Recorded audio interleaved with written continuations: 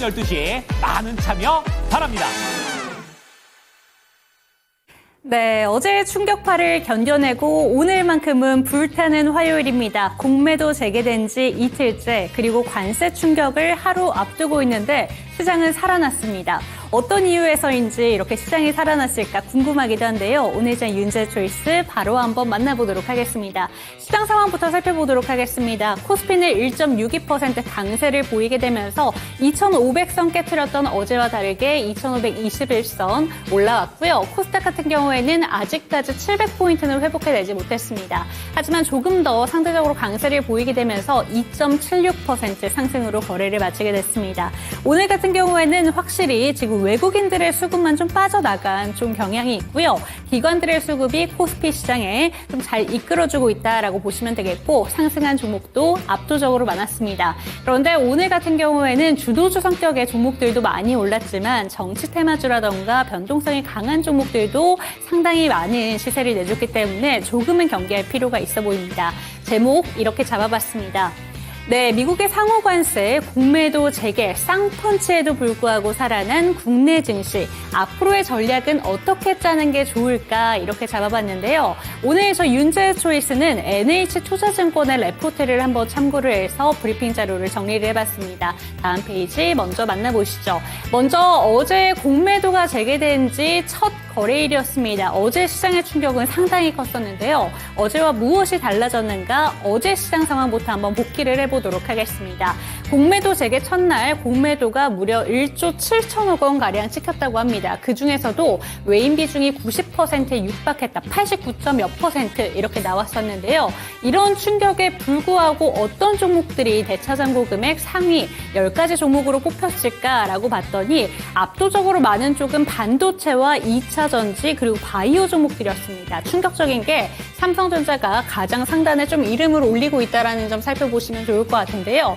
주말 사이에 올라왔던 기사 제목과 어제 제가 들고 왔던 자료였는데 기사 제목과 한번 비교를 해본다면 시가총액 대비 대차거래 잔액 비중이 최근에 늘고 있는 종목들을 한번 정리를 주말 사이에 기사에서 한번 정리가 되어 있었습니다. 그런데 내용들이 상당히 겹친다라는 점에서 대차장고 비중을 살펴보는 게 필요하겠다라는 점 체크해 보시면 되겠습니다. 내용 한번 살펴보시죠. 네, 이렇게 정리해 볼 수 있습니다. 3월 한 달 동안 대차거래 잔액 비중이 늘어났던 2차 전지와 바이오 중심의 공매도 타겟이 됐다라는 게 어제 중점적이었고요. 그런데 어제 시장 자체는 매크로의 영향이 상당히 컸습니다. 그렇기 때문에 크게 밀린 만큼 그동안 반등을 보여주던 반도체 종목들도 예상보다 많이 밀렸다라는 점 체크해 볼 수가 있습니다. 그런데 왜 조선과 방산 같은 경우에는 상대적으로 견조했을까요? 일단 여기에 나와 있는 부분도 아니었고 뒷부분에서 한번 살펴볼 수가 있습니다. 다음 페이지 띄워주시죠. 네, 그런데 NH투자증권에서는 달라진 시장 상황에서 우리가 대처할 방법을 좀 이야기를 해주고 있습니다. 첫 번째로는 주주환원 팩터를 공략해야 된다라고 보고 있는데요. NH투자증권에 따르면 과거 대차장고 증가 국면에서 상대적으로 강한 수익률을 기록한 팩터는 바로 주주환원 섹터였다라고 보고 있습니다. 모멘텀 주가 수익률, 이익 추정치 상향, 최근에 분기 실적 발표를 한 팩터 같은 경우에는 오히려 성과가 부진했다라고 보고 있는데요. 과거 당시에 이렇게 상관관계를 비교를 해봤을 때 배당 수익률 상위 종목들의 성과가 상당히 높았다라는 점을 알 수가 있습니다. 지금 상관관계에서 19% 정도 나타나고 있는 종목들을 위주로 살펴보시면 좋을 것 같은데 확실히 압도적으로 주주환원 섹터가 높은 성과를 보이고 있다는 점을 확인할 수가 있습니다. 자료는 한번 체크해 보시면 좋을 것 같고요. 두 번째 페이지 살펴보시죠. 그리고 지금 보신다면 정부 주도로 주주환원이 꾸준히 늘고 있다는 점도 알파적인 요인이 될 수가 있습니다. 지금 보신다면 19년부터 24년까지 코스피의 주주환원 금액 추이의 차트를 봤을 때 우상향하고 있다는 점을 알 수가 있는데요. 하지만 좀 걱정되는 부분은 2025년 정치적인 리스크가 있다는 것입니다. 그런 부분은 좀 유념해서 보실 필요가 있겠고 코스닥 같은 경우에도 2024년까지 꾸준히 우상향하고 있다는 점을 체크해 보시면 좋을 것 같습니다. 주주환원 팩터는 공략해보자. 그렇다면 공략하지 말아야 될 섹터는 어디일까요? 두 번째 페이지 살펴보시죠. 이익 추정치 상향 팩터는 오히려 오히려 좀 조정을 받을 수 있다. 대차장고 상승 마무리 국면 이후에 강세가 예상된다라고 얘기를 하고 있는데요. 그동안 소수의 이익 추정치 상향 종목으로 상대적으로 우수한 실적을 보였습니다. 대표적으로 이게 조선과 방산이 될 수 있는데요. 하지만 지금 보이고 있는 이 차트처럼 최근에 이익 추정치 상향 종목은 미국의 경제 노출도가 높은 상황이다라고 하고 있습니다. 지금 보시는 것처럼 미국의 경제 노출도 종목과 영업이익 상향 종목이 같은 그래프를 그리고 있는데요. 조선과 방산은 대표적으로 경제 노출도 부분에서 좀 우상향하는 긍정적인 그런 모멘텀을 받아가고 있는 종목이기 때문에 어제 같은 경우에도 상대적인 강세를 보였다라고 볼 수가 있습니다. 오히려 반면에 반도체 같은 종목들이 충격을 받았다라고 볼 수 있기 때문에 이런 내용들은 체크해 보시면 좋을 것 같습니다. 결국에는 주주 환원 팩터는 공략을 해보자. 그리고 이익 추정치가 최근에 급하게 상향된 팩터에 대해서는 좀 조심을 해보자 라고 정리를 해볼 수가 있겠는데요. 마무리하기 전에 오늘 시가총액 상위 종목들의 흐름을 한번 짚어보도록 하겠습니다. 오늘 딱 한 종목 빼고 전부 다 오르면서 마감을 보여줬는데요. 확실히 압도적으로 반도체 종목들 왜 밀렸나 싶었는데 오늘 다시 한번 올라줬습니다. 하지만 아쉽게도 삼성전자 같은 경우에는 6만 전자 열심히 올려놨는데 회복하지 못했고요. SK하이닉스도 20만 닉스를 탈환하지 못했습니다. 그리고 바이오 종목들이 오늘은 정말 강했습니다. 암학회를 앞두고 있기 때문에 삼성 바이오로직스 4%대 강세, 셀트리온도 3%대 강세로 거래를 마치게 됐고 안타까운 것은 2차 전지 종목들 실적 모멘텀이 부족하기 때문에 오늘도 하향권을 좀 벗어날 수 없었다라고 보시면 되겠습니다. 그리고 관세 리스크가 있음에도 불구하고 현대차와 기아 빨간불로 거래를 마쳤다는 점 체크해 보시면 되겠습니다. 두 번째로 코스닥의 시가총액 상위 종목들도 살펴보시죠. 이쪽은 두 가지 종목이 파란불, 레인보우 로보틱스 같은 경우에는 로봇 종목들의 반등에도 불구하고 오늘 보합권 수준에서 거래를 마쳤습니다. 역시나 파란불을 켠 섹터는 2차 전지 종목군들이다라고 보시면 되겠고요. 확실히 강한 건 바이오 종목들의 약진이 두드러지고 있습니다. 알테오젠이 4%대, HLB 같은 경우에는 5%대 반등으로 거래를 마쳤다는 점 체크해 보시면 좋을 것 같습니다. 이렇게 공매도 재개에 대한 영향 한번 살펴봤는데 내일은 중요한 이벤트가 있습니다. 트럼프발 관세가 발표가 되죠. 내일 국내 증시 또 어떻게 될까요? 이런 부분에 대해서 예측해 보도록 하겠습니다. 당신의 초이스 채널 고정!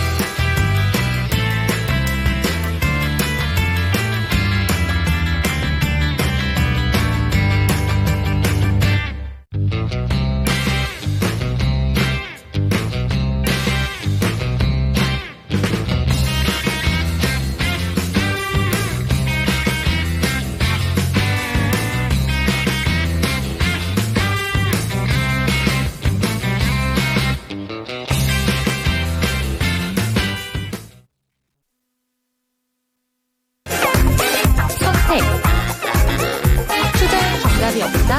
당신의 선택만 있다. 후회 없는 선택을 위한 당신의 초이스.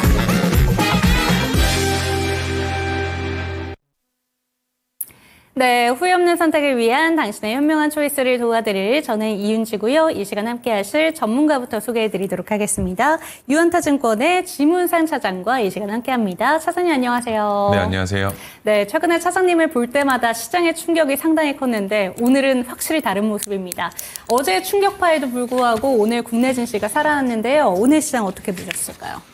오늘은 사실 관심 종목의 파란 색깔 종목을 찾기가 조금 어려울 정도로 거의 뭐 전업종에 좀 올랐다라고 네. 말씀을 드리는 게 맞을 것 같고요. 그리고 특징적인 부분들은 올라간 종목들의 어떤 높낮임을 살펴보면 전일 시장에 과도하게 낙폭이 있었던 종목군, 그러나 그런 섹터들 위주로 좀 주가가 좀 반등이 나왔다라고 보고 있습니다. 그리고 전체적인 흐름으로 봤을 때 그동안에 일부 좀 과열 양상을 보이고 있었던 섹터라고 불리우고 있는 뭐 바이오 섹터들이라던가 그리고 조선 방산 섹터들이라던가 이런 종목들에서 수급이 또 강하게 나왔어요. 네. 근데 이게 내용적인 부분들로 아까 앵커님께서 말씀하셨던 부분들이랑 좀 연결을 지어서 말씀을 드리자면 어제 사실 공매도가 재개가 되기는 했는데 결론적으로 그 우리나라가 공매도가 재개가 돼서 주가가 밀렸던 거냐라고 대묻자면 그거는 직접적인 요인은 아닐 수도 있겠다라는 생각이 좀 드는 이유가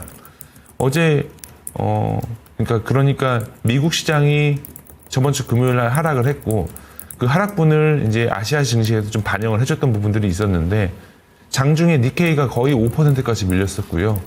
아시아 증시 기준으로 볼 때는 상해 종합지수도 상해 종합지수만 유일하게 한 1% 내외 하락을 보였습니다. 그러면 일본도 마찬가지, 우리나라도 마찬가지.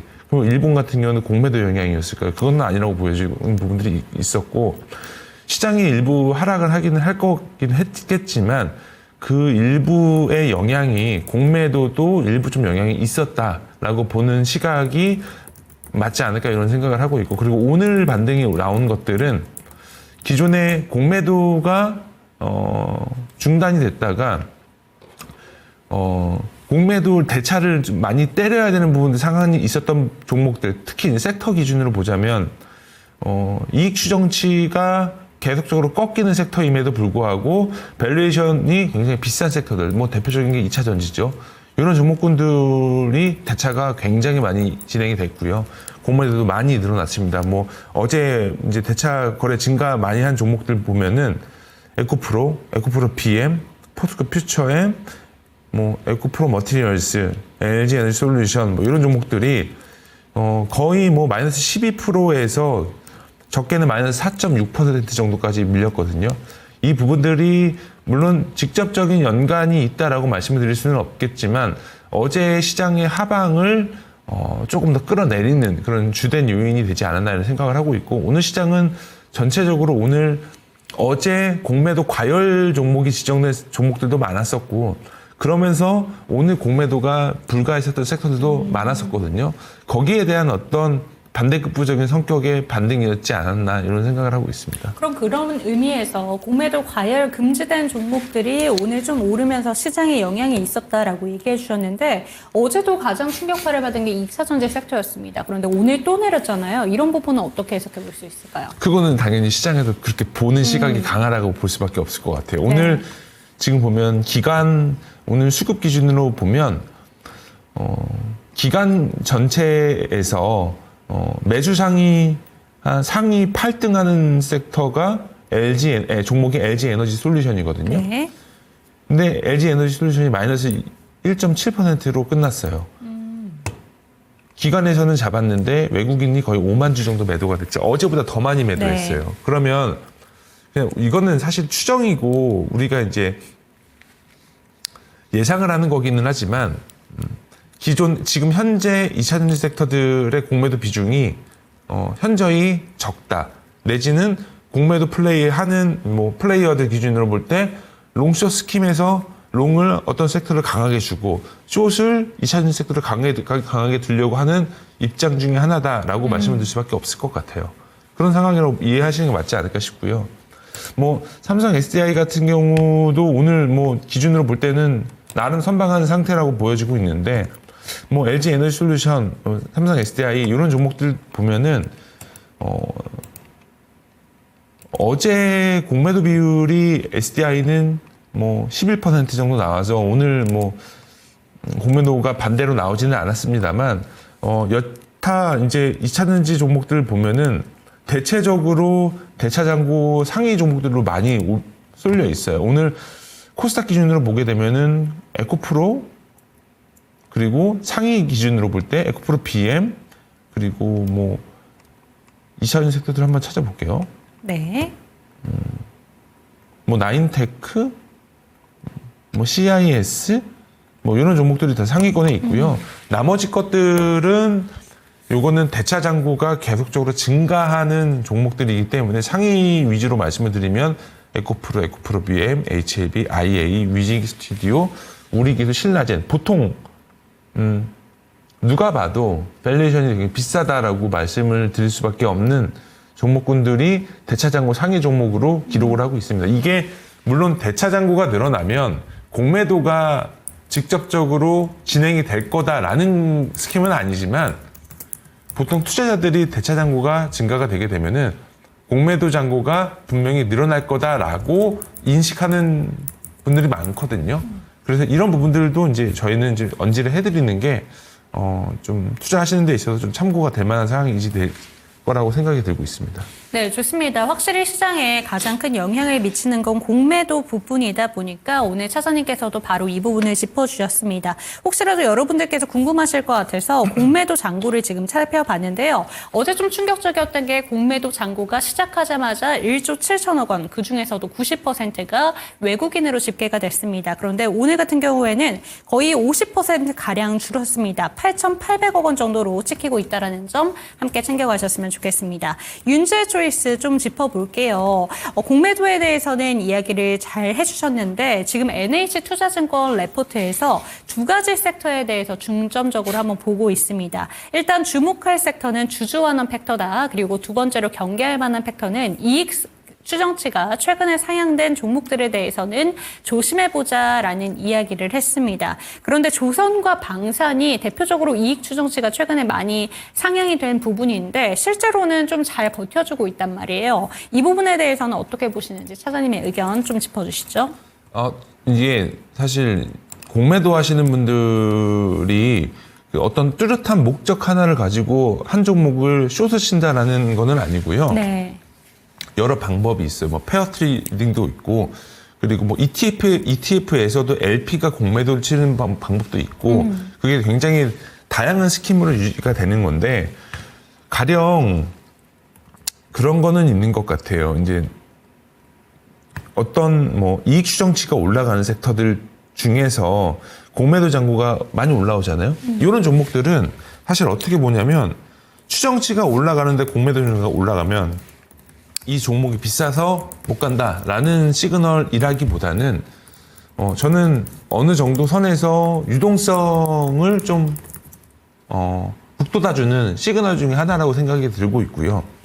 그리고 반면에 당연히 숏 플레이어들이 많아질 수밖에 없는 섹터는 이익 추정치가 줄어드는데 어닝도 꺾이고 그리고 꺾인 만큼 밸류에이션이 싸졌냐? 그것도 아닌 섹터들. 대표적인 게 아까도 말씀드렸던 2차전지 종목들입니다. 물론 이제 셀메이커 종목들 뭐 삼성 SDI나 LG 에너지솔루션 같은 경우는 조금 말이 좀 달라질 수도 있겠지만 소재단 업체들은 여전히 비싼 종목들이 너무 많기 때문에 아무래도 이런 부분들의 종목들은 조심해야 되지 않을까 이런 생각을 하고 있고 멀티플 기준으로 25배 넘어가는 종목들 되게 많아요. 찾아보면은. 그래서 이런 상황이 여전히 타겟이 되지 않을까 생각을 하고 있고 이익 추정치가 올라가는데 올라가는 거에 비해서 주가가 안 밀린다. 그거는 어느 정도 선에서 유동성을 좀 불어넣어주는 그런 시그널 중에 하나라고 인식이 되는 게 맞지 않을까 싶고 그리고 요즘은 이제 좀 예전이랑은 좀 많이 달라지기는 했지만 내수 소비 종목들도 지금 프리미엄 받고 올라간 것도 많거든요. 이런 종목들이 배당을 또 많이 주는 종목들이 많아요. 이런 종목들이 되려 이런 어떤 공매도가 재개가 됐을 때 어느 정도의 피난처, 안식처 역할을 할 만한 가능성도 충분히 있어 보인다라고 보고 싶고 말씀드리고 싶고 고밸류에이션 종목들 중에서 공매도 섹터에서 타겟할 만한 섹터가 뭐가 있을까라고 보자면 대표적인 건 2차전지와 바이오예요. 네. 사실상 바이오 종목은 그 쇼플레이어들이 굉장히 좋아하는 섹터고요. 이게 어쨌든 우리나라 1세대 바이오 디벨로퍼 종목들 보면 뭐 헬릭스미스, 메지온 뭐 그리고 몇 개의 종목들 있잖아요. 여전히 뭐 이제 임상일 실패한 케이스도 있고 이런 종목들을 보면은 지금 구간에서 뭐 3세대 바이오 디벨로퍼들, 뭐 3세대 항암제 개발하고 있는 신약 회사들 이런 종목들을 타겟으로 해서 아마도 공매도 잔고가 지속적으로 늘어나면 그 누군가는 수혜를 볼 거고 그 누군가는 손해를 보겠죠. 그게 아마 대표격인 그 공매도랑 싸워서 이겼던 종목들 하나가 셀트리온이지 않을까 이런 생각을 하고 있습니다. 그래서 아마 셀트리온은 2014년도, 15년도 때 아마 그 서정림 회장이 이러려면은 회사 팔아버린다고 얘기했었던 것도 기억이 나는데 어쨌든 그런 것들이 아마도 뭐 향후 뭐 몇 년 사이에 또 다른 어떤 해프닝 아닌 뭐 해프닝을 만들 만한 종목거리가 한두 가지가 나올 수 있지 않을까 이런 생각을 하고 있습니다. 네, 좋습니다. 공매도 재개에 대해서는 이야기 자세히 풀어봐 주셨습니다. 그런데 내일이 또 중요한 이벤트가 한 가지가 있는데요. 이에 대해서 짧게 한번 질문 드려보도록 하겠습니다. 관세를 앞두고 있습니다. D-Day 1일인데 시장이 이렇게 버텨준 이유는 어제 너무 많이 빠진 그 충격파를 회복해내고 있는 과정인가라는 생각이 들었습니다. 그런데 내일 관세가 또 발표가 되면 또다시 무너지지 않을까라는 생각도 드는데 내일 시장의 충격에 대해서는 또 어떻게 바라보실까요? 관세는 이게 상호관세 기준으로 이제 보는 거잖아요. 네. 근데 이제 이게 모든 글로벌 투자자들이 다 예상하고 있지 않을까요? 그래서 저는 어느 정도 선은 시장에서 반영이 돼 있는 구간이다라고 보여지고 있고요. 물론 이제 그 우방국, 미국의 우방국이라고 불리우고 있는 미국이나 우리나라 일본이나 우리나라 같은 경우는 당연히 이익 추정치의 영향을 받습니다. 받기 때문에 어느 정도 선에서 시장에 대한 어떤 조정 국면도 있을 거라고 말씀을 저번 주에도 드렸던 이유가 약간 이런 요인도 있었기 때문에 이제 4월 달 같은 경우는 그런 요인으로 인해서 증시는 조금은 이제 밀릴 수도 있겠다. 그리고 내지는 기간 조정이 일부 있을 수도 있겠다라고 저는 좀 조심스럽게 말씀을 드리고 있고요. 다만 이 상호관세가 향후에 우리나라 증시의 발목을 잡을 거냐 그런 것 같아 보지는 않아요. 이미 우리는 트럼프 1기 정권을 한번 경험을 해봤었기 때문에 대부분 이제 트럼프 정권이 들어서면 6개월까지는 변동폭이 굉장히 심했어요. 이게 뭐 예를 들면 우리가 예기치 못했었던 또 회색 코뿔소 같은 예상치 못했던 리스크가 나오면 또 모르겠습니다만 통상적인 어떤 경제 활동을 하고 경제 매크로 지표가 나오고 있는 구간일 때는 분명히 다시 한번 리바운딩이 나올 수 있을 거라고 생각이 들고 있고요.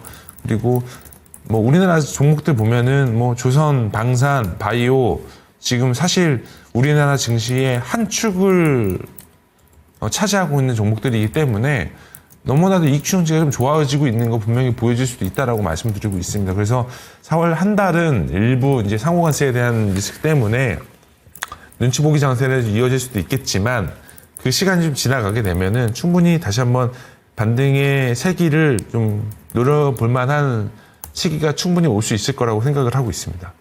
네, 관세에 대한 리스크 때문에 4월 한 달 동안은 국내 증시가 좀 조정을 받을 수 있다라는 점 짚어주었습니다. 트럼프 리스크로 6개월까지는 트럼프 1기 정권에서 변동성이 큰 부분을 보여줬는데 그 이후로부터는 다시 한번 리바운딩이 나오기 때문에 이런 부분들 역사에서 힌트를 얻어서 이번 국내 증시의 힌트도 찾아가셨으면 좋겠다. 이렇게 정리해드리도록 하겠습니다. 사실 오늘 또 이 공매도 재개가 된 이틀째인데 공매도 상위 종목에 바이오 종목들이 오늘 상당히 견조했는데도 불구하고 셀트리온과 알테오젠이 이름을 올리고 있습니다. 그렇기 때문에 저희 차장님이 들고 오신 종목이 또 바이오 종목들을 들고 오셨기 때문에 이에 대한 이야기 한번 짚어볼 텐데요. 먼저 차장님이 들고 오신 두 가지 종목부터 화면을 통해서 만나보도록 하겠습니다. 어떤 종목일까요? 네, 알테오젠과 한올 바이오파마 들고 오셨습니다. 초이스 종목 어떤 종목일까요? 알테오젠 초이스했습니다. 네, 알테오젠이 초이스 종목이었고 알테오젠이 오늘 공매도 재개되고 나서 또 상위 종목으로 이름을 올렸습니다. 근데 오늘 4%대 반등을 보여줬죠. 이게 암학회가 또 열리는 그런 모멘텀을 받아가고 있는 건지 초이스 종목으로 이렇게 알테오젠 짚어주었는데 그럼 늘 그렇듯이 비초이스 종목부터 한번 짚어보도록 하겠습니다. 한올 바이오파마 이 종목은 어떤 부분에서 비초이스 종목으로 들고 오셨을까요? 이 회사가 종목이 안 좋아가지고 뭔가 이렇게 조심해보자. 매도하자고 말씀을 드릴 종목은 절대적으로 아니고요. 이제 오늘 바이오 종목들 좀 반등 나오는데 그렇죠. 제일 좋은 놈이 뭐가 있을까? 그래서 알테오제는 먼저 꼽았고 두 번째로 좀 아쉬울 만한 종목이 뭐가 있을까? 해서 한올바이오파마를 가지고 온 겁니다. 네, 이 두 가지 종목 중에서 비교적 아쉬운 종목이 한올바이오파마였다라는 점 짚어주셨는데 어떤 부분에서 아쉬운지 그냥 시세로 딱 봤을 때 시세로도 좀 아쉽습니다. 그렇다면 한올바이오파마도 나쁜 종목은 아니다라고 짚어주셨는데 그럼 어떤 포인트들을 짚어주시는지 매력 포인트가 분명히 있을 것 같아요. 이게 한올바이오파마가 이제 네. 며칠 전에 이제 그 투자 판단 관련 주요 경영사항이라고 해가지고 3월 27일 날 공시 하나가 나온 게 중국 관련해서. 예, 있어요. 이게 있는데, 죄송합니다. 이 내용이 아니고, 네. 잠시만요. 3월 20일 날, 이제 바토클리마 일본 증증 임상 허가 난 게 있는데, 이 내용 기준으로 보면, 이제, 요거는 사실 미국의 파트너사 이뮤노반트랑 진행하고 있는 임상이에요. 근데 유효성을 일단은 삼상에서는 입증을 했습니다. 입증을 했고, 그리고 바토클리맙 같은 경우는 이제, 이뮤노반트랑 계속적으로 이제 임상 개발을 진행을 하고 있는 부분들이 있는데, 조금 아쉬운 부분은 이게 상업화를 일부 보류를 했어요. 이게 어떤 요인인 건지는 좀 시간이 가기는 해야 되긴 하겠지만 내용적인 부분들을 보자면 이게 임상 3상에 대한 데이터 유효성을 확인을 했거든요. 했음에도 불구하고 아마 이제 공동 개발이라서 이제 한올바이오파마랑 이뮤노반트 사의 어떤 서로 뭔가 있었겠죠. 이게 이제 상업화를 진행을 하게 되면은 이제 승인 허가까지 진행이 되는 건데 사실 요거를 조금 다들 기대를 했을 거예요. 임상이 나왔는데, 임상 데이터는 되게 좋게 나왔는데 왜 밀렸을까? 3월 20일 날 이제 결과가 발표가 나오고, 종가가 마이너스 16% 밀렸어요. 그리고 나서 한 차례 더 밀린 거거든요. 일단 기본적으로 볼 때는, 내용은, 증권사에서 보고 있는 내용은 유지 용량의 효력 지속성을 증명할 세부 데이터는 아직까지는 확인되지 않았다라고 얘기가 나와 있는 부분들이 좀 아쉬운 부분이라고 얘기를 하고 있는 거고, 그리고 데이터 기준으로 볼 때는 상업화 보류에 대한 내용이 조금 아쉽다라고 얘기를 하는 거고, 내용 기준으로 보자면 타임라인이 3년 내외 정도로 지연된다고 얘기를 하거든요. 그렇게 되면 당분간 한올바이오파마 기준으로 볼 때 상승 모멘텀을 찾을 만한 것들이 뭐가 있을까라고 보자면 모멘텀이 조금 일부 사라졌다라고 보는 시각들이 일부 있습니다. 근데 다만 임상 실패라던가 아니면 임상의 중단이라던가 이런 부분들에 있어서는 아니다라고 말을 하는 부분들이 있기 때문에 일부 바토클리맙 기준으로 볼 때 적응증 임상 확장에 대한 부분들의 효력은 충분히 있을 거라고 예상을 한다라고는 다들 보는 것 같아요. 근데 일단 첫 번째로는 모멘텀이 일부 꺾였던 부분들이 제일 좀 아쉬운 부분들이기 때문에 향후에 추가적인 어떤 상승 모멘텀을 우리가 찾으려고 하자면 적응증 확대에 대한 부분들이 있을 수도 있거나 신규 파이프라인에 대한 기대감일 텐데 아직까지는 추가적인 어떤 상승 모멘텀을 찾기가 조금은 어려울 수도 있겠다는 부분들이 주가 상승에 대한 어떤 발목을 잡는 거 아닌가라는 생각을 하고 있습니다. 네, 그런데 한올바이오파마와 관련해서 중국 파트너사와 국제중재법원에 계약 해지와 관련해서 이 반대 신청을 제기했다라는 기사가 어제 좀 뉴스를 통해서 보도가 됐습니다. 그런데 이 부분이 실제로 허가가 된다면 좀 긍정적인 영향을 받아서 주가가 올라갈 수 있을까요, 차장님? 아니, 그거는 그렇게 큰 영향은 있을 것 같아 보이지는 않아요. 네. 일단 주된 한올바이오파마의 주된 임상 파이프라인이 바토클리맙인데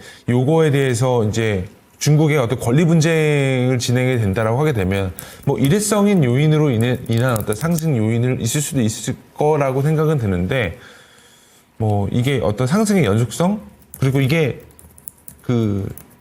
국제 중재 절차잖아요. 시간이 꽤 많이 걸릴 거라는 거죠. 그래서 요게 아마 개발 파이프라인에 대한 어떤 교체 출시 예상 시점이 2026년에서 2028년으로 한다는 식으로 얘기를 나오고 있는 부분들이 있기 때문에 시간적인 부분도 조금은 오래 걸릴 수도 있겠다라고 말씀드리고 싶습니다. 네, 그렇다면 이번 연도를 기준으로 고가가 한 4만 5천 원까지 갔다가 최근에 거의 반토막 정도 난 종목입니다. 이 종목이 좀 반등을 하게 된다면 어느 정도까지 기대해 볼 수 있을까요? 적어도 네. 이 되돌림이라는 부분들까지 올라가려면요. 최소한 주가는 33,000원대까지는 올라와 줘야지 3만 3천 원이요? 33,000원. 네. 네, 33,000원대까지 올라와 줘야지 여기서 수급이 살아나거나 아니면 하락 전환에서 상승 전환으로 올라갈 만한 가능성을 보이지 않을까 싶어요. 지금은 사실 지금의 현재 구간에서는 모멘텀이 없어요. 그래서 첫 번째로는 주가가 올라가려면 거래량이 동반 수급이 돼야 돼요. 가령 작년 7월달, 8월달 주가가 이렇게 올라올 때 있잖아요. 네. 거래량이 받쳐주면서 변동성이 충분히 있었거든요. 그러면서 한번 크게 대시세를 냈잖아요. 이런 것처럼 돼야 되는데 지금 현재 구간 보면은 거래량이 안 나. 하락 거래량은 의미가 없고요. 되려 이렇게 박스 상단 부분처럼 거래량이 좀 동반되면서 오게 되면은 충분한 거는 대량 거래 나오면서 대시세가 한 번씩 올라오거든요. 이런 부분들이 첫 번째로는 거래량이 좀 일반적으로 동반해야 된다. 그래야 향후에 주가가 올라갈 수 있을 만한 가능성이 보인다라고 말씀드리고 싶습니다. 네, 비초이스 종목으로는 알테오젠보다는 조금 아쉬움이 남는 한올 바이오파마 살펴봤고요. 33,000원을 돌파하게 된다면 수급적인 부분에서도 변화가 일어날 수 있다는 점, 우선은 첫 번째 목표가로 33,000원 부분을 좀 체크해 보시면 좋을 것 같습니다. 그러면 초이스 종목으로 넘어가 보도록 할게요. 알테오젠입니다. 오늘 4.49% 시원하게 오르면서 마감을 보여줬고, 알테오젠이 결국에는 코스닥 자체를 끌어올렸다라고도 볼 수 있을 것 같은데, 이제 모멘텀도 앞두고 있습니다. 그런데 한 가지 걱정이 되는 게 어제도 그렇고 오늘도 그렇고 공매도 잔고가 상당합니다. 이 종목은 어떻게 보실까요? 공매도가 당연히 늘 수밖에 없죠. 그동안 공매도를 안 쳤잖아요. 네. 그리고 이제 바이오 종목들은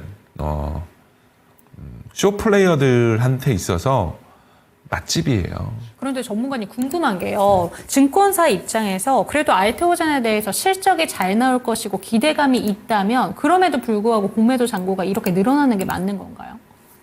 당연히 맞는 거죠. 이게 왜 그러냐면 그거를 알고 있어야 되는 게 네. 우리가 공매도를 왜 쳐야 할까에 대한 부분들인데 특히나 이제 알테오젠 같은 경우 시가총액이 대략 20조 정도 되잖아요. 그쵸. 지금 20조 정도 되는 회사의 실적이 물론 바이오는 정말 꿈을 먹고 사는 거기는 하지만 2020년도부터 2023년도까지 알테오젠은 돈을 못 벌었어요. 작년부터 이제 수익 인식이 되면서 영업이익 254억, 당기순이익 200억 나왔고 올해도 이제 보면 올해 한 영업이익이 한 1000억 정도 나올 거고 당기순이익이 900억 정도 나올 건데 이제부터는 이제 돈을 버는 회사가 되는 거죠. 그런데 공매도 플레이어들 기준으로 볼 땐 당연히 비싸죠. 당연히 비싸는 거고 이게 근데 우리가 이제 따져보자면 단순하게 액티브하게 요 회사가 안 좋아서 쇼 칠 거야 라고 롱쇼 플레이 하는 기관들도 많거든요. 근데 어느 업종을 롱을 치고 어느 업종을 쇼를 칠 때 바이오 종목들 중에서 시가총액 상위 종목이 뭐예요? 알테오젠이잖아요. 알테오젠이 1등인 거죠. 그러면 어느 바이오를 숏을 치면 알테오젠 숏 비중이 가장 많겠죠. 그거는 이제 당연하게 과거에 삼성전자 숏 치고 TSMC 롱 치는 그런 외국인들 펀드도 많았거든요. 그런 것처럼 어느 종목을 숏을 칠 때 바이오 섹터를 숏을 친다고 할 경우에 첫 번째 타겟 리스트 중에 1순위가 알테오젠이라는 거죠. 그거는 어떠한 섹터의 어떤 상징적인 의미로 받아들일 수도 있는 거고, 아니면 가령 알테오젠이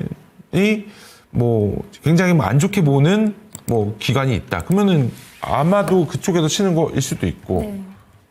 그리고 이제 가령 예를 들면 할로자임이랑 알테오젠이랑 직접적인 영향은 아니더라도 어쨌든 어떤 특허 소송과 어떤 관계가 있잖아요. 그렇죠. 그럼 할로자임이 롱 치면 알테오젠 쇼 치고 이렇게 할 수도 있는 사람들이 있다는 거죠. 근데 이거는 공매도 잔고가 올라와서 이 회사가 100%안 좋아서 얘를 쇼치자 아니다. 이런 개념이 아니에요. 왜냐면 여러 다양한 플레이어들이 들어와 있는 거고 그리고 공매도를 치려면 그 이제 ETF에서도 이 LP들이 숏을 쳐야 되는 어느 정도 포션이 있거든요. 그 중에 하나일 수도 있는 거기 때문에 이거는 어떤 안 좋아서 매도다라고 해서 100%이 이유로 받아들일 수는 없다라고 말씀드리는 게 맞을 것 같습니다. 네, 공매도가 늘어나는 부분이 반드시 시장에서 나쁘게 보고 있다라는 사인은 아니라는 점 참고가 되셨으면 좋겠습니다. 그럼 차장님께서 오늘 알테오젠을 긍정적으로 보셨는데 그 긍정적으로 보시는 이유는 어떤 부분일까요? 몇 가지 이유는 이제 며칠 전에 알테오젠이 아스트라제네카랑 그 계약을 진행을 했잖아요. 이게 3월 17일인가? 3월 17일이죠. 이게 영국의 아스트라제네카 자회사인데 결국은 아스트라제네카랑 계약을 한 거라고 보시는 게 맞는 것 같고, 이제 재형 계약을 했는데 시장 반응이 정말 뭐 반짝 올랐다가 바로 다 밀렸거든요. 이날이 날짜 기준으로 한번 볼게요. 3월 17일 날 공시가 나왔고 그 다음 날 시초가에 플러스 3% 올랐다가 그 다음 날, 그 다다음 날부터 계속 쭉 계속 빠지기만 했었던 겁니다. 그래서 좀 아쉬운 부분들이 있는 것 같고요. 내용이 너무 좋은데 그럼에도 불구하고 라이센스 아웃이라는 거 하나가 시장에 대한 알테오젠에 대한 그 호재로 인식하는 것보다는 세론더 뉴스로 받아들여지는 부분들이 제일 좀 아쉬운 거고 이게 단일 에로 계약이라고 보여지기에는 좀 의미하는 바가 좀 큰 것 같아요. 이게 알테오젠 그리고 이제 키트루다와 연관돼 있는 할로자임 소송인데 할로자임 소송을 진행하고 있어서 그럼에도 불구하고 이 아스트라제네카에서 에로를 받았다라는 부분들은 특허를 지금 소송이 진행 중에 있음에도 불구하고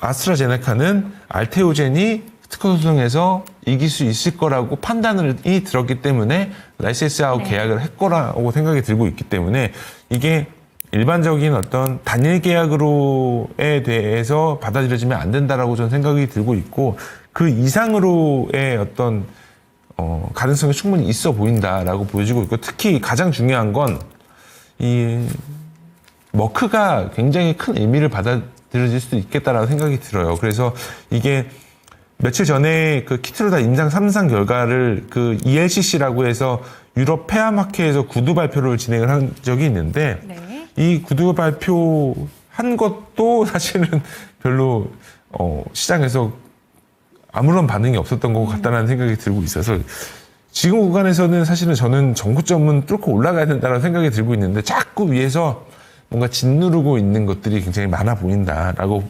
보여지고 있고 이게 결국은 뭐 공매도일 수도 있는 거고요. 추가적으로 이제 마지막으로는 이제 며칠 전에 에로 계약이 진행이 됐음에도 불구하고 주가가 그냥 세론더 뉴스로 쭉 밀렸던 부분들은 향후에 이제 알테오젠이 SC제형의 어떤 플랫폼을 계속적으로 이어나가기 위한 어떤 방법 중에 하나라고 보여지고 있고요. 그리고 IR을 진행을 하는데 4월 8일부터 4월 10일간 진행을 하거든요. 이때 이제 라이센스 체결 품목이라던가 지금 이제 회사 알테오젠이 이제 중장기 경영 전략에 대한 부분들도 이제 회사는 이제 시장과 좀 일부 좀 소통을 하려고 하는 모습을 보일 거라는 생각이 들고 있어서 지금 구간에서는 충분히 우리는 45만 원 이상으로 좀 기대를 해봐도 될 만한 구간일 것 같아 보인다는 생각이 일부 들고 바이오 종목 중에서 제일 탑픽이에요. 그래서 전문가님 사실 알테오젠을 들고 계신 분의 목표치는 45만 원이 아닐 것 같습니다. 당연하죠. 전문가님이 당연하죠. 보시기에 그렇다면 알테오젠의 전문가님 마음속 목표가 어느 정도로 잡으실까요? 네, 저는 그냥 소소하게 50만 원 정도는 50만 원 보고 정도로. 결정을 더 갖고 가냐, 갖고 가지 마냐 이 결정을 지어야 할 텐데 보통 이렇게 계약이 나오고 나서 차트를 보면은 네. 고점을 한번 이렇게 형성을 하고 나서 기간 조정을 한 4개월 내지 뭐 길면 5개월까지 거쳐요. 그리고 작년 1월 달에 고점을 한번 만들고 기간 조정이 4개월 내지 5개월 있었고, 그리고 작년 7월 달에도 한번 고점 형성하고 기간 조정이 한 4개월 정도 있었고요. 그리고 나서 추가적으로 계속 우상향 거쳤고, 또 한번 작년 10월 달에 계약 공시 나오면서 또 한번 쭉 밀렸다가 기간 조정이 또 4개월 거쳤고요.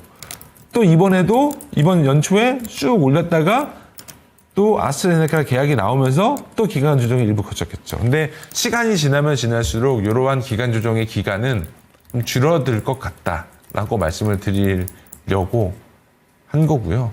물론 이제 차트는 사실 그림 그리는 거라고 저는 생각이 들고는 있는데, 지금 구간에서는 충분히 V자 반등이 나올 만한 가능성은 좀 있어 보인다라고 말씀을 드리고 싶습니다. 그래서 오늘 초이스 종목으로 가지고 나온 겁니다. 네, 좋습니다. 바이오 종목들 두 가지 종목을 비교를 해봤는데요. 알테오젠 대장 종목이기도 하죠. 이 종목을 초이스 종목으로 짚어주셨고, 소송 문제가 이제 거의 다 해결이 되고 있습니다. 그렇기 때문에 V자 반등이 좀 나올 수 있다라는 거, 소소하게는 한 50만 원 이상 정도를 보고 계신다라는 점도 참고가 되셨으면 좋겠습니다. 시간이 44분을 향해서 달려가고 있는 만큼 종목 상담 바로 한번 이어가 보도록 하겠습니다. 참여하시는 방법부터 안내 도와드릴게요. 02325-8200번으로 종목명, 매수가, 보유 비중 알려주시기 바랍니다. 전화 상담 이렇게 받고 있는데 전화 상담이 힘드시다면 유튜브 채팅창 언제든지 올려주시기 바랍니다. 첫 번째 종목 바로 이어가 보도록 하겠습니다. 첫 번째 종목으로는요, 따상님의 종목 인스피언 체크해 보도록 하겠습니다.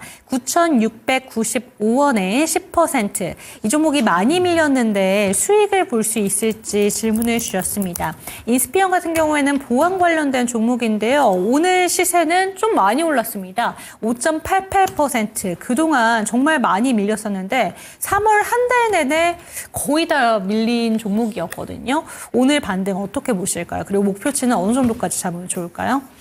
이 회사는 이제 ERP 회사들 SAP 구축해주는 회사라서요. 그냥 단순하게 보면은 이제 보안 솔루션 개발하는 회사라고 보는 게 맞아요. 근데 상장을 했잖아요.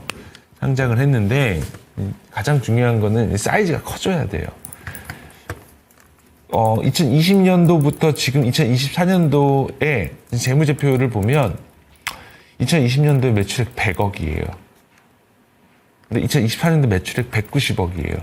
그러면 2020년도부터 2024년도까지 5개년도 기준으로 볼 때 100억, 133억, 145억, 161억, 190억 꾸준하게 성장을 해요. 영업이익도 14억에서 꾸준하게 38억까지 성장을 해요. 그런데 안정성 분명 있죠. 적자 안 났습니다. 근데 시장에서 이제 이런 종목들을 볼 때 어떻게 보냐. 스몰캡이잖아요. 스몰캡이고 시가총액이 1,000억이 안 돼. 600억 정도 돼요. 성장을 하는지 안 하는지는 일단 첫 번째로는 이제 매출 성장에 대한 부분들을 볼 수밖에 없는 건데, 아직까지는 이렇다 할 메리트를 못 가져가는 게 시장의 그냥 평가인 것 같아요. 왜 평가를 하냐면 매년 회사는 성장을 하는 건데 YOY로 얼마나 성장을 하냐, QQ로 우리가 얼마나 성장을 하냐라고 볼 때는 시장에서 관심 가질 만한 성장은 없었다라고 보는 게 현실적인 상황인 것 같고요. 그래서인지 매력도는 좀 많이 떨어지는 거라고 볼 수밖에 없을 것 같아요. 작년에 매출액 190억에 영업이익 38억, 당기순이익 42억 해서 뭐 굉장히 안정적인 실적이 나온 건데, 그럼에도 불구하고 이제 매력도가 떨어진다라고 말씀을 드릴 수밖에 없는 거는 이제 매스한 고객사를 갖고 있는데 사이즈가 굉장히 작다. 그렇기 때문에 지금 구간에서는 저는 저점은 온 것 같은데 목표 주가를 얼마까지 제시를 해드려야 될지에 대한 부분들이 의문점이 좀 있는 것 같아요. 그래서 그냥 목표 주가는 한 8,000원 정도 제시해드리고요. 손절은 지금 구간에서는 의미가 없을 것 같아서 그냥 손절은 제시해드리지 않도록 하겠습니다. 네, 지금 매도 실익이 없는 종목입니다. 이 종목 오늘 반등이 나왔지만 여전히 바닥권에 놓여 있는 종목인데요. 8,000원까지는 일단 반등 기다려보자라는 점 참고가 되셨으면 좋겠습니다. 그 정도에 만족하시고 나오는 게 어떨까라는 점 참고되셨으면 좋겠고요. 다음 종목은 절파고TV님의 종목 한미반도체입니다. 이 종목으로도 고민하시는 분들 많으실 것 같은데 평단가가 상당히 높습니다. 11만 4,500원에 7%. 최근에 급락해서 거의 반토막이 됐습니다. 이 종목을 어떻게 대응해야 될까요? 제발 진단 부탁드립니다. 라고 보내주셨는데 오늘 올랐음에도 69,600원 수준이죠. 12만 7천원 고점에서 거의 절반 가까이 내려왔습니다. 요새 한미반도체 같은 경우에는 한화비전이랑 계속 경쟁이 붙고 있다라는 생각이 드는 게 어제 나온 기사에도 공매도 재개 첫날 희비가 갈렸다라는 기사가 나오고 있고요. 또 실적 부분에서도 사실 전년 대비 매출과 영업이익은 상당히 많이 증가를 했는데 우리의 기대치가 너무 높았기 때문에 그런 부분을 반영을 해서 어제 상당히 큰 급락이 나왔습니다. 그래서 오늘 2% 반등 정도로는 만족이 전혀 안 되거든요. 이 종목 어떻게 보실까요, 차장님? 좋은 회사인데요. 저도 되게 좋아하는 네. 회사인데 그 옆에서 좀 이렇게 견제하는 그 뭐라고 해야 되냐 세력이라고 해야 되나? 어쨌든 그런 것도 좀 많은 것 같아요. 이게 좀 물론 어제는 밀릴만 했어요. 왜냐하면 이제 실적 추정치를 내보냈는데 시장에서 기대했었던 것보다 못하는 실적이었기 그쵸. 때문에 그리고 심지어 이제 컨센서스로도 보수적으로 얘기를 했던 거라고도 저는 알고 있는데 1분기 실적 매출액이 1,400억에 686억이라고 회사에서 측에서 제시를 해준 가이던스인데 요게 지금 1분기가 1,600억에 824억이 보거든요, 시장에서는. 근데 그거보다 완전하게 못 미치는 실적인 거죠. 그리고 이제 결국 작년 이제 4분기 그리고 올해 뭐 초부터 하나비전이 어쨌든 SK하이닉스 TC본더 주문을 받은 건데 그 영향이 한미반도체에 경쟁이 갈 정도의 수량과 물량은 아닐 거예요. 근데 이제 당연히 고객사 입장에서는 솔벤더로 장비사 TC본더를 하나로 한미반도체로 가지고 가지 않아요. 그건 당연한 거예요. 그리고 한미반도체도 그걸 알고 있어요. 그런데 한미반도체가 드디어 솔벤더가 깨져서 하나비전의 물량을 뺏겼다라는 표현은 약간 제가 볼 때는 그건 과한 표현이라고 생각이 들고 네. 있고 근데 시장은 당연히 그런 부분들에 있어서는 좀 예민하게 반응을 하는 거 아닌가 생각이 들고 있고 시간은 걸릴 거예요. 시간은 한미반도체 반등이 오려면 시간이 걸릴 수밖에 없고 지금 우리가 한미반도체 주가가 올라왔을 때가 작년 12월 달 저점 찍고 나서 작년 12월 달 1월 말까지 주가가 올라와서 한 대략 고점 기준으로 볼 때는 거의 12만 6천 원대까지 반등을 거의 2달 동안 올라왔어요. 그래도 거의 2배 올라온 거예요. 근데 이게 왜 올라왔냐면 그 당시에 미국 고객사 물량 오더를 받았는데 한미가 풀캡하러 돌아가고 있다 보니까 일부 하나비전에서 받았다라는 식으로 얘기가 나오면서 그 당시 하나비전도 주가가 올라왔었나? 아마 제 기억으로는 올라왔었던 것 같은데 올라오고 한미반도체가 더 많이 올라서 갔던 걸로 기억을 하거든요. 이때 보면은 이때잖아요. 네. 이때 이렇게 쭉 이렇게 올라온 거죠. 그러면서 하나비전이 뭐 하이닉스 물량도 같이 맞는 어떤 차트가 만들어진 거고 어찌됐든 간에 스토리는 여전히 유효하고요. 다만 지속적으로 주가의 발목을 잡고 있는 부분들은 뭐냐면 이 한미반도체가 물량 오더 컷을 받을 정도는 절대적으로 아닌 거고요. 여전히 전방 산업이 너무나도 좋은 거는 사실이기 때문에 한미반도체 입장에서도 증설에 대한 니즈는 충분히 있을 거예요. 근데 그러면서 일부 뭐 셧다운에 대한 부분들도 충분히 내용 얘기가 나올 수도 있을 거라고 생각은 들고 있는 상황이기 때문에 저는 지금 구간에서는 지금 현재 테크 업종들이 이렇다 할 기지개를 못 피고 있거든요. 그게 결국 수요와 공급단에서 보자면 중국 쪽에서 이구환신 얘기가 나오면서 신규 수요가 늘어났다라고 말씀을 드리기는 좀 어려운 것 같고요. 올해 하반기 수요가 상반기로 조금 더 빨리 땡겨진 거 아닌가라는 생각이 좀 일부 좀 들어요. 그래서 주가가 올라가려면 신규 수요에 대한 부분들이 확인이 돼야 하는 부분들이 있고요. 그리고 뭐 메모리 반도체 쪽, 뭐 낸드나 디램이나 이런 부분들에 있어서 가격이 확실하게 올라가는 부분들이 좀 확인이 돼야 주가도 다시 한번 올라갈 가능성이 높아 보입니다. 물론 이게 한미반도체 같은 경우는 어쨌든 AI고 그리고 첨단 테크 쪽이기 때문에 제가 말씀드렸던 메모리 단의 애들이랑은 좀 다를 수도 있어요. 근데 분위기는 반도체 섹터는 한 번에 몰아서 올라가는 부분들이 있기 때문에 지금 구간에서 볼 때는 한미반도체는 저점 구간이지 않을까 이런 생각을 하고 있고, 근데 문제는 이제 그 절파하고 TV님의 매수 단가인 거죠. 매수 단가까지 주가가 올라갈 수 있을까는 조금 어려울 수도 있겠다. 그래서 목표 주가는 10만 원 제시해드리고 손절은 제시해드리지 않도록 하겠습니다.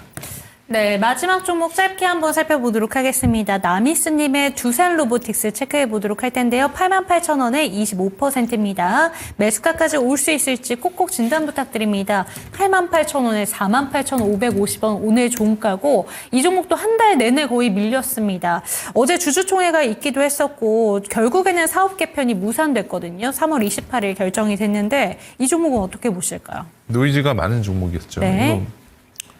욕을 바가지로 먹어서 이제 두산 그룹에서 이제 뭐 인수 합병이라던가 이런 부분들 다 싹 다 이제 취소가 된 건데 내용은 좀 좋은데 지금 시장이 그 로보틱스를 신경 쓸 정도의 여유가 있거나 고밸류를 완전하게 그 용인을 해주거나 그런 상태가 아니에요. 대정주격 레인보우 로보틱스 보세요.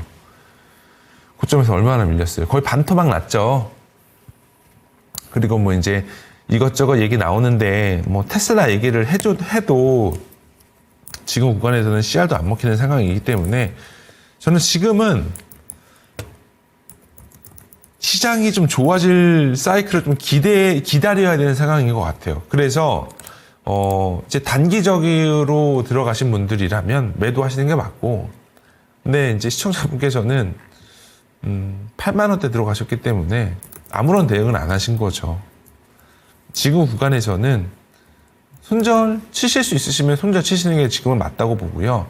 난 손절 못 치겠어 라고 하시면 가지고 가시는 게 맞습니다. 이게 애매한 상담이 된 것 같은데 제가 왜 손절 치지 말라고 말씀을 드리는 이유는 모멘텀은 충분히 있어요. 왜냐하면 지금 보면은 두산 로보틱스 같은 경우가 북미 지역 쪽에서 그래도 협동 로봇 시장에서 한 침투율 기준으로 올해 한 20%까지 자기네들이 가져갈 수 있었겠다라고 얘기를 하거든요. 그래서 올해 연간 기준으로 실적 개선도 일부 있을 걸로 보여지고는 있어요. 근데 이게 아무래도 지금 시장 분위기가 로봇 쪽이 약간 피크아웃을 찍는 듯한 느낌이 나다 보니까 저도 좀 강하게 말씀을 드리기가 좀 애매한 상황인 것 같아요. 그래서 그냥 지금 말씀을 드리면 반등시 매도 하시는 걸 하시는 게 맞을 것 같고요. 목표 주가 6만 원, 손절은 오늘 최저점으로 끝났네요. 손절은 45,000원 말씀드리겠습니다. 네, 마지막 종목까지 살펴드렸습니다. 종목에 대한 상승과 하락은 보장하지 않는다는 점 반드시 기억해 주시고 내일장 전략 차장님께서 보내주신 부분들 제가 채팅창에 올려드릴 테니까 이 부분 참고하셨으면 좋겠습니다. 오늘 함께해 주신 여러분들 감사드리고요. 내일 이 시간 뵙도록 하겠습니다. 시청해 주신 여러분 고맙습니다.